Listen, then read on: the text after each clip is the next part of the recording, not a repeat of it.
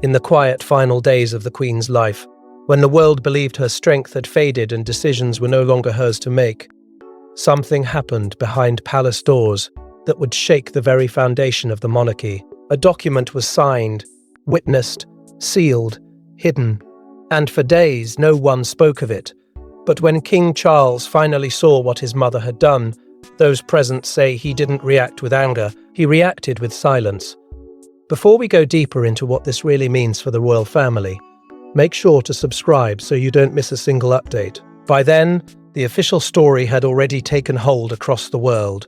The Queen, frail in body but dignified in presence, was said to be resting, surrounded by routine, shielded from strain.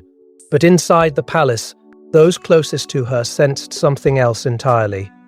Her physical strength had undeniably weakened, yet her mind remained sharp, observant, and intensely focused. She asked precise questions. She requested specific individuals. She dismissed casual conversation. There was no confusion in her voice, no uncertainty in her gaze. Instead, there was something far more unsettling: clarity, with purpose. It was as if she understood that time was no longer something she possessed in abundance, and every remaining moment carried weight that could not be wasted. During that final week, palace rhythms began to shift in ways that even seasoned staff found impossible to ignore.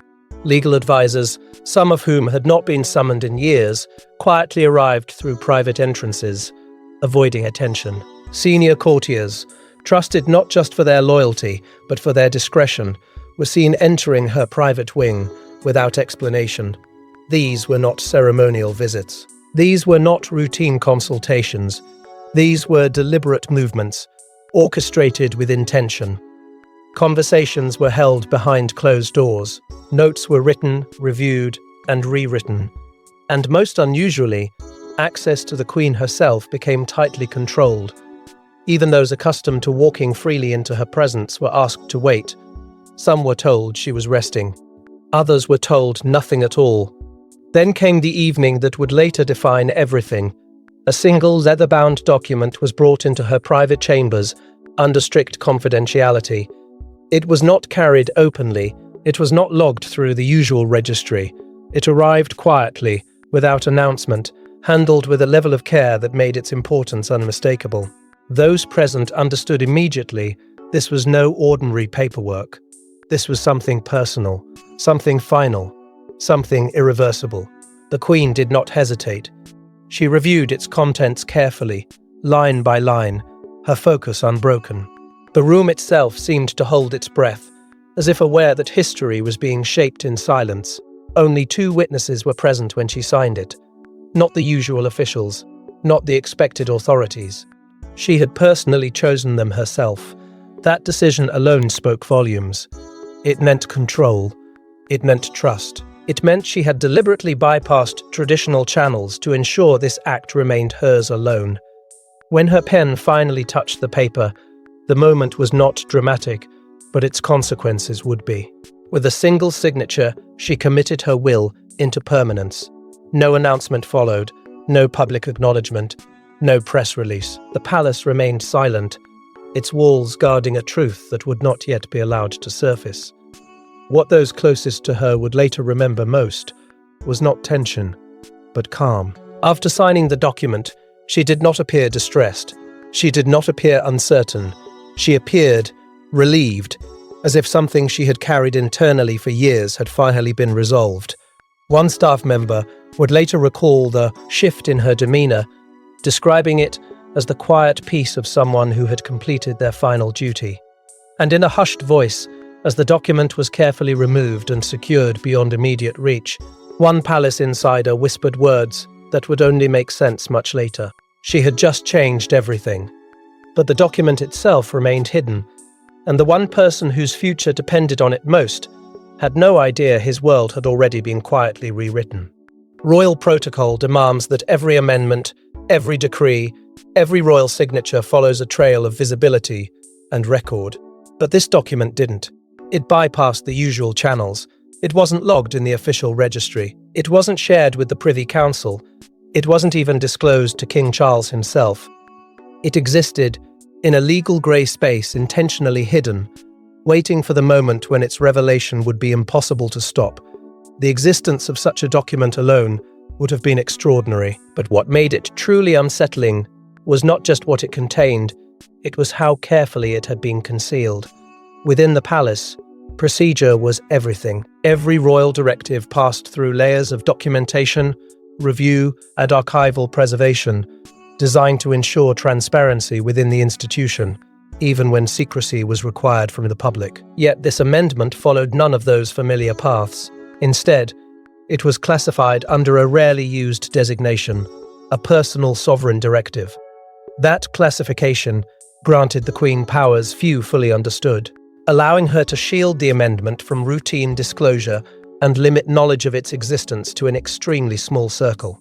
It was not merely hidden, it was intentionally isolated from the system itself. When palace archivists later retraced the final administrative actions of her reign, they discovered something deeply unusual. The document had not been stored alongside constitutional amendments or ceremonial records. It had been placed separately, sealed within a private sovereign archive accessible only under specific authority conditions, triggered by her death. This separation was deliberate. It ensured the amendment would remain invisible during her lifetime, immune from inquiry, untouched by routine review. It was not forgotten. It was waiting, preserved in silence, its power suspended until the exact moment she had chosen. The legal advisors who had assisted her were bound by confidentiality agreements so strict they extended beyond her passing. They could not speak, they could not hint, they could not even acknowledge their involvement. Their silence was not just professional obligation, it was personal loyalty. Because the Queen had not simply signed the amendment, she had shaped it herself. Portions of its language were personally dictated, crafted with unmistakable clarity. Every phrase carried intention. Every clause served a purpose. This was not delegated work. This was her voice, written into the legal framework of the monarchy itself. What made the amendment even more consequential was its precision. It did not rely on vague interpretation or symbolic suggestion. It addressed internal roles, privileges, and future recognition within the royal structure with exacting detail.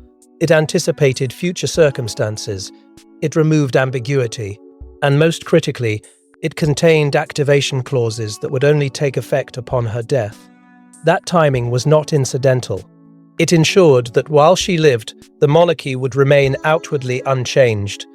But once she was gone, the reality she had defined would emerge sudden, undeniable, and irreversible. For days after her passing, as the world watched the monarchy transition with solemn ceremony, this document remained undisclosed. King Charles assumed his role the weight of grief and expectation, unaware that the foundation beneath him had already been subtly altered. Those who knew carried the burden of silence, honoring the final instructions of a sovereign whose authority had never wavered, even in her final breath. And within the sealed archive, the amendment waited patiently, holding a truth that would soon confront the new king with a reality he had never been prepared to face. And when the moment finally came for the amendment to be opened and read, those present would witness something no one expected: the king himself learning the truth for the very first time. It wasn't read in public. There were no cameras, no official statements, no advisors guiding the reaction. Just a small room, a sealed envelope, and the new King of England standing face to face with the final written will of the woman who had ruled longer than anyone before her. As the words were spoken aloud, witnesses say Charles didn't interrupt. He didn't argue. He didn't question. He simply froze. The meeting had been arranged with deliberate restraint, shielded from ceremony, and stripped of royal spectacle. This was not an event meant for history books, at least not yet. It took place within days of the Queen's passing, at a time when the monarchy itself was still cloaked in grief, its public face composed, but its private heart fractured. Only a handful of individuals were present, each chosen not for rank, but for trust. Legal witnesses, senior custodians of royal continuity, people who understood the gravity of silence. They gathered not to debate or interpret, but to fulfill a final obligation, to deliver the Queen's last directive exactly as she had intended it to be heard. Charles entered the room carrying the weight of succession, but also the vulnerability of a son who had just lost his mother. He had spent his entire life preparing for kingship, yet nothing could prepare him for this moment. He knew documents would be reviewed. He expected procedural clarity, formal confirmations, the predictable mechanics of transition. What he did not expect was disruption. What he did not expect was revelation, and certainly not something that had been kept from him entirely. As the sealed envelope was placed before him, there was no explanation offered, only the quiet understanding that whatever lay inside had been meant for this moment and no other. When the document was opened and its contents began to be read aloud, the shift was immediate.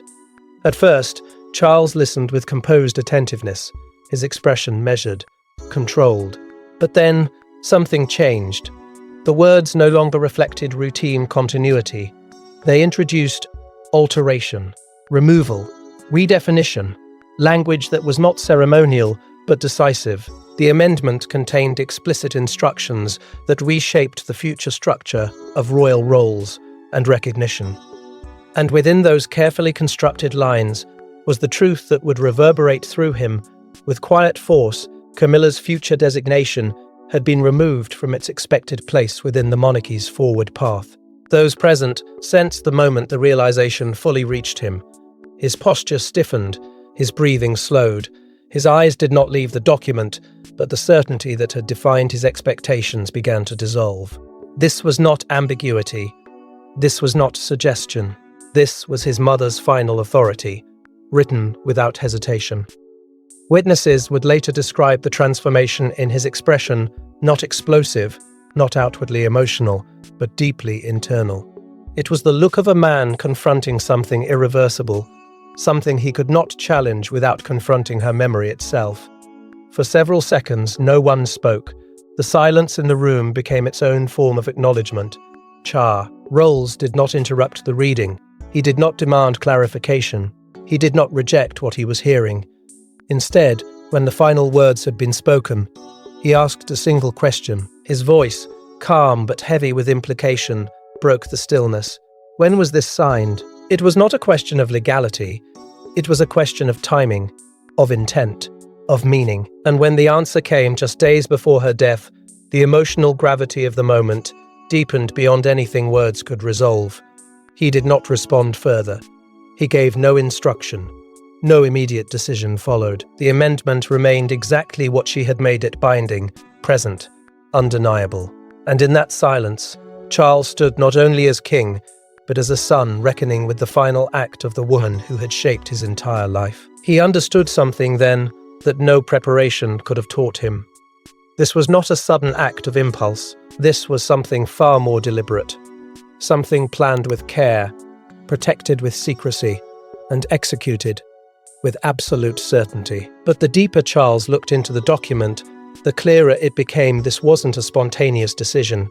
It was the final step in a process his mother had begun, long before anyone realized. Looking back, the clues were everywhere, but no one understood their meaning at the time. Subtle shifts, quiet decisions, private conversations that suddenly carried new weight. The Queen had been preparing for something long before her final days, and those closest to her now realized that the amendment wasn't an impulsive act. It was the conclusion of a silent plan that had been unfolding for years. For much of her reign, the Queen had been defined by consistency, predictable in her discipline, unwavering in her public duty, and deeply protective of the monarchy's continuity. She rarely allowed personal emotion to influence institutional decisions. But in the final stretch of her life, something began to change, not dramatically, not publicly, but unmistakably to those who understood her rhythms. She began to take more direct control over matters that had long been guided through layers of consultation. Ceremonial approvals, at once passed quietly through advisors, were now reviewed personally. Symbolic decisions that once reflected tradition now carried subtle recalibration. She was not dismantling the monarchy, she was refining its future, piece by piece, with the steady hand of someone who understood exactly what would remain after she was gone. Those closest to her began noticing small but meaningful gestures that seemed insignificant on their own, but profound when viewed together. Certain ceremonial acknowledgements shifted focus toward continuity rather than individual recognition. Language in official communications began emphasizing permanence over personality. It was not obvious at first. It was not meant to be. But beneath the surface, the Queen was reinforcing a principle she had always believed in. The crown was not about individuals. It was about survival, stability, endurance beyond any one life, including her own. During this time, her private schedule also began to reflect a new level of intentionality. Meetings were arranged quietly, without public notice. Conversations took place with legal advisors who had served her loyally for decades. Individuals who understood not only the mechanics of royal authority, but the deeper meaning behind her choices. These discussions were not reactive. They were deliberate. She was not responding to crisis. She was preparing for inevitability. And notably, some of these meetings occurred without Camilla present, not as exclusion born of conflict, but as separation born of responsibility. The Queen was not acting as a mother or as a grandmother. She was acting as sovereign. Her words in private conversations also carried new gravity. She reportedly returned often to a single guiding belief: the institution must always come first, not out of coldness, but out of devotion. She understood that the monarchy's survival depended on clarity, not sentiment. And while she loved her family, she loved the crown in a different way. It was not personal, it was eternal. Those who heard her speak in those moments later realized that she was thinking not about her present, but about the decades she would never see. Some family members sensed the shift, though they could not fully interpret its meaning. They saw the increased resolve in her decisions. They felt the quiet authority behind her final approvals. She was not uncertain. She was not conflicted in the way others might have been. She was focused. Every step reflected awareness. Every action reflected acceptance. She was preparing the monarchy for a future she would not be part of, ensuring its structure would remain intact long after her voice fell silent. And yet, beneath that unwavering resolve, there was an emotional reality no one could fully see. Because this was not just about law or legacy. This was about her son, her heir, her child. She understood that the amendment she would eventually sign would shape his reign in ways he did not expect. She understood the personal cost of that decision, but she also understood something deeper, that her duty did not end with her life. It ended with certainty. And yet, no one, not even Charles, fully grasped the emotional conflict she must have faced while making a choice that would leave her son confronting an impossible reality. Silence can reveal more than words ever could, and in the hours after the amendment was read, King Charles said almost nothing. No declarations, no reversals, no visible resistance. Just silence. To some, it was acceptance. To others, it was shock too deep for immediate reaction. But those who knew him best understood this wasn't just a legal revelation.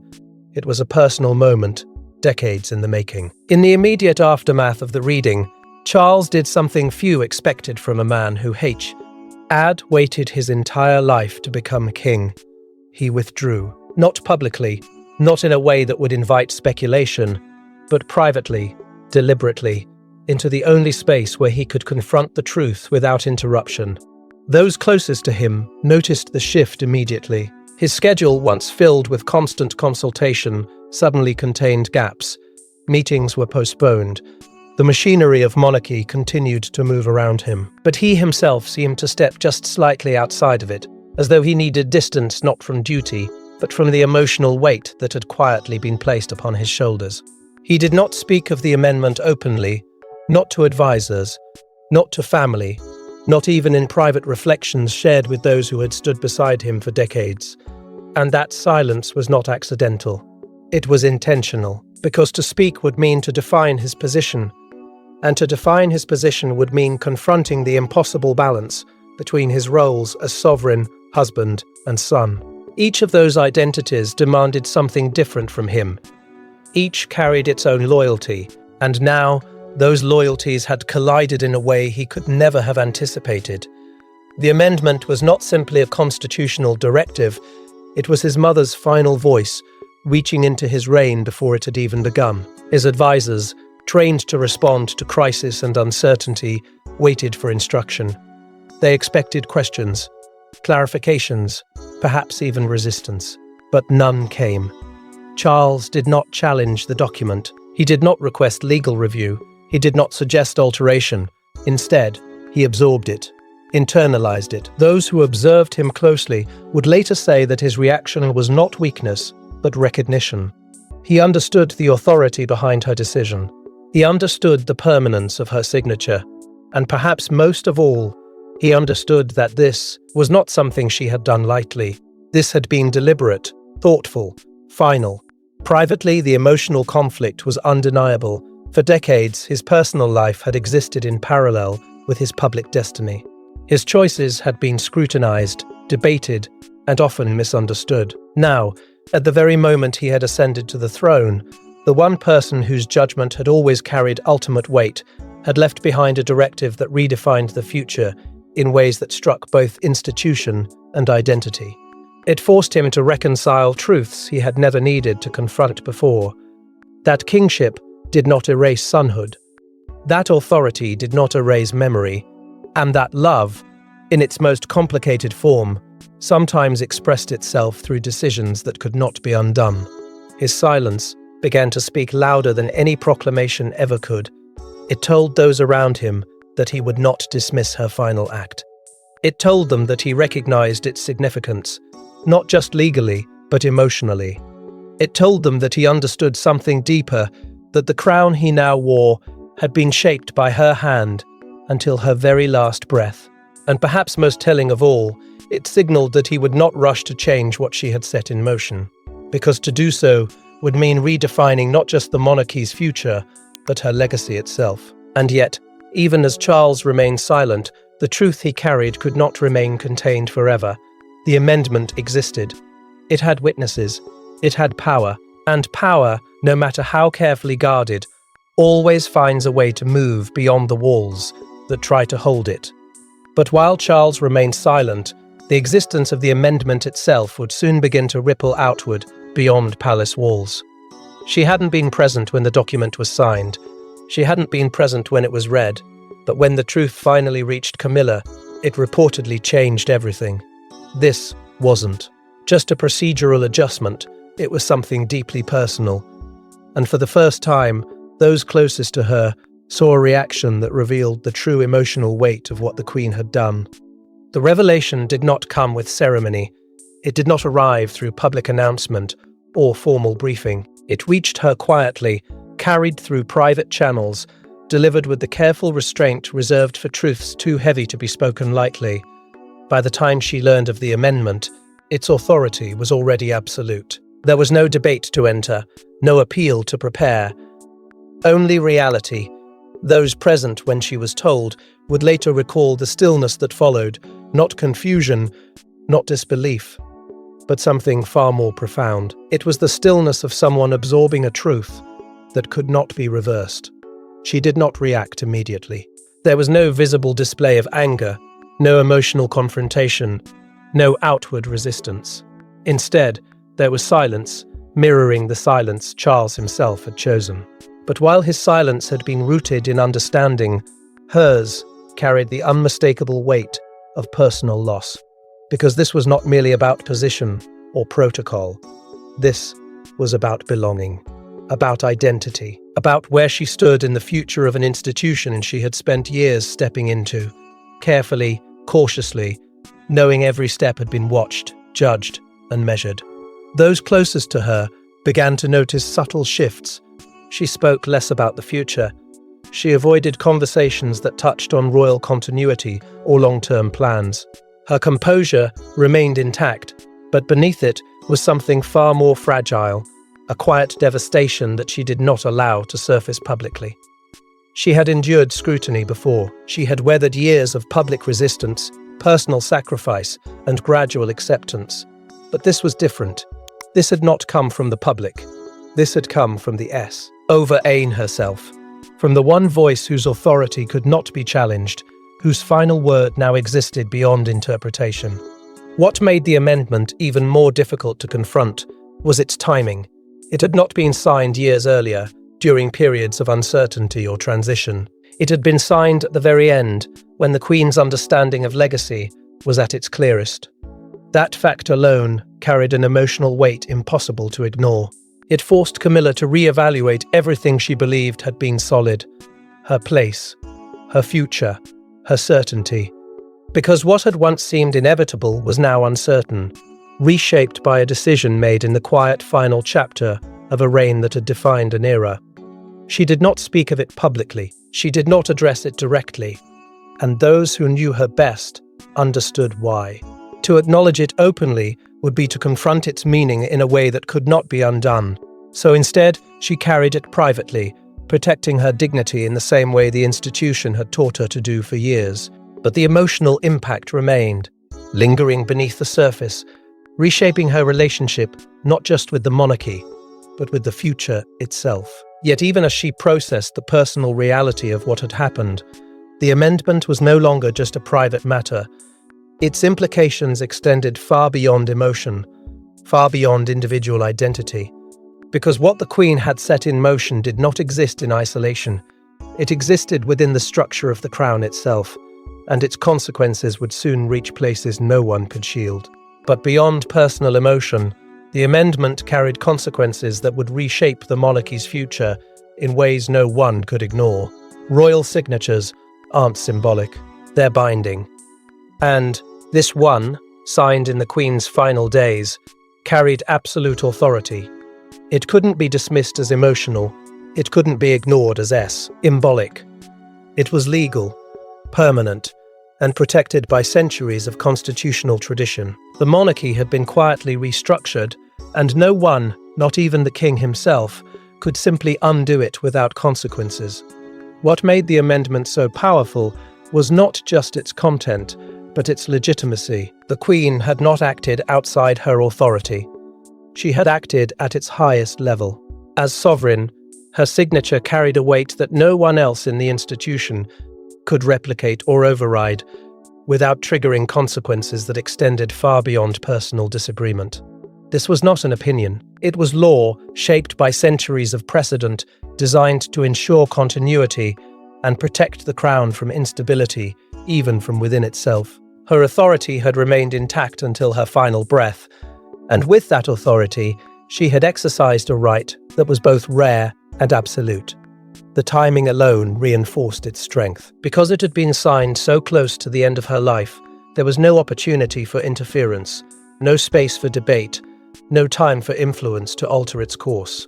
It existed as her final, unchallenged act of sovereign will. The moment she passed, the amendment did not wait for approval. It did not require confirmation.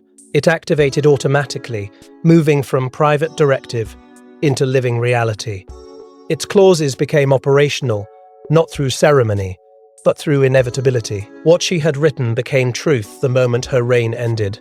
Those tasked with interpreting and preserving royal law understood immediately what this meant. The amendment was shielded not just by her authority, but by constitutional protection that had evolved specifically to prevent instability during moments of transition. To challenge it would not simply be a matter of disagreement, it would require an unprecedented confrontation with the very framework that defined the monarchy's legitimacy.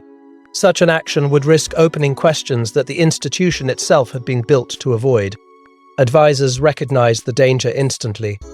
This was not something that could be undone quietly. Any attempt to reverse it would carry consequences that could ripple far beyond internal palace walls. Charles, now king, understood this more clearly than anyone. He had inherited not just the crown, but the responsibility to preserve its integrity. And preserving its integrity meant honoring the authority from which it came, even when that authority had left behind a directive that reshaped his own future.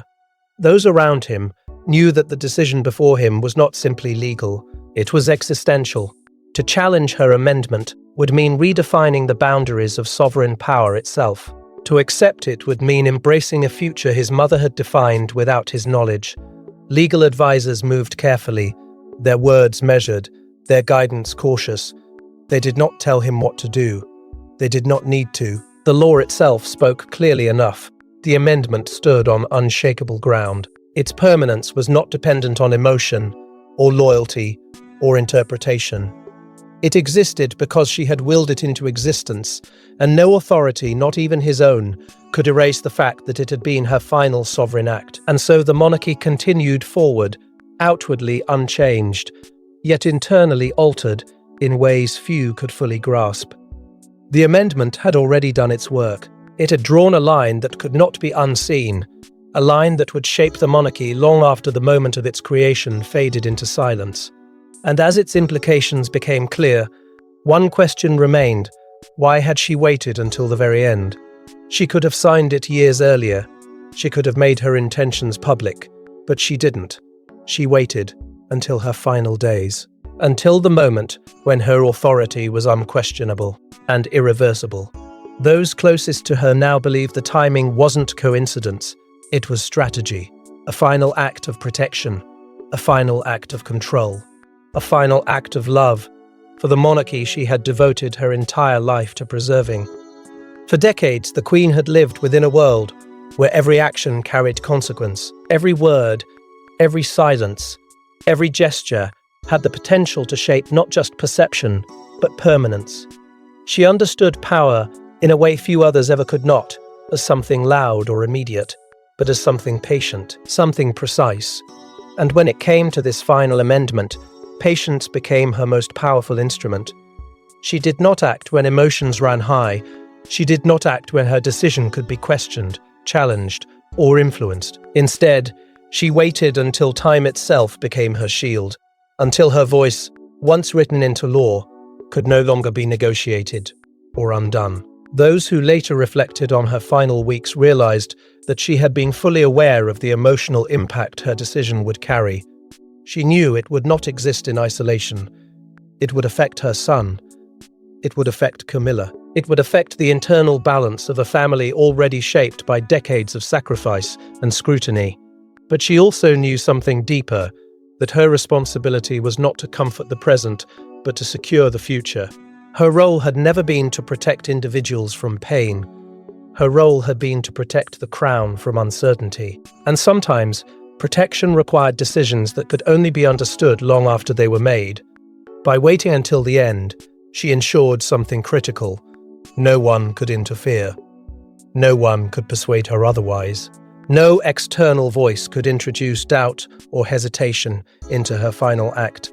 Her authority in those final days remained absolute, untouched by influence, untouched by negotiation. The amendment became more than a D. Irreversible became a declaration, a final affirmation of the clarity with which she saw the monarchy's path forward. It was not rushed. It was not reactive. It was the culmination of years of quiet observation, careful thought, and unwavering commitment to the institution she had spent her life serving. More importantly, her timing ensured clarity.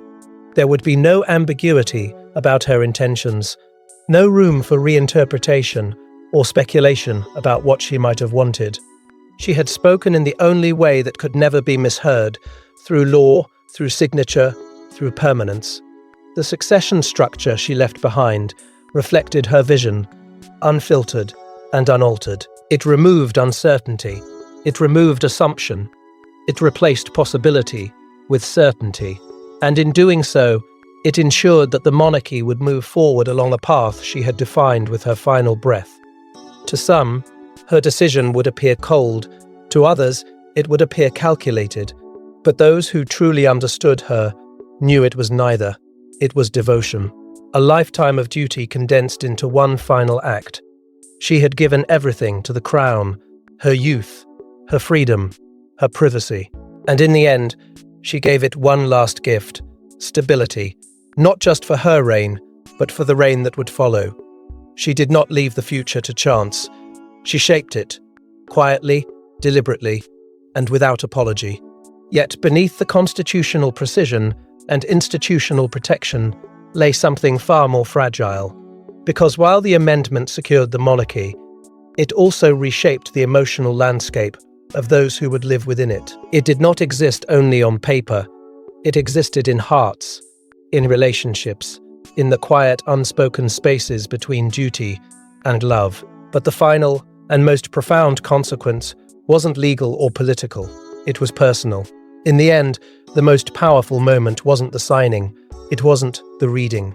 It wasn't even the amendment itself. It was the silence that followed. A king, standing in the shadow of his mother's final act, forced to accept a truth he never expected to face. The Queen's final decision wasn't just about the monarchy's future, it was about the legacy she would leave behind. Because once the amendment had been revealed, once its words had been spoken, and its authority understood, it could never return to secrecy. It no longer belonged to a private archive or a confidential circle. It had entered history, not loudly, not through proclamation, but through permanence. It became part of the invisible framework that would shape every step forward, influencing decisions, relationships, and perceptions in ways both immediate and lasting. Future generations might never see the moment it was signed, but they would live within its consequences. It had become something more than law.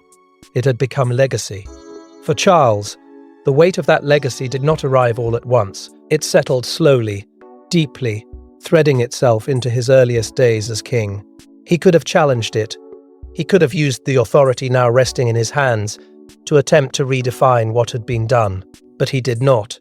His silence, once born from shock, evolved into something else, acceptance.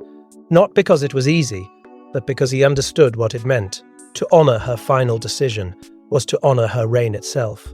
It was to acknowledge that even in her final moments, she had been sovereign first, mother second. And that distinction, painful as it was, defined everything. In honoring her amendment, Charles did something few truly understood. He protected the continuity she had spent her entire life preserving. He allowed her voice to carry forward, even after her own had fallen silent. That choice reshaped the emotional landscape of the monarchy. It drew a clear line bet.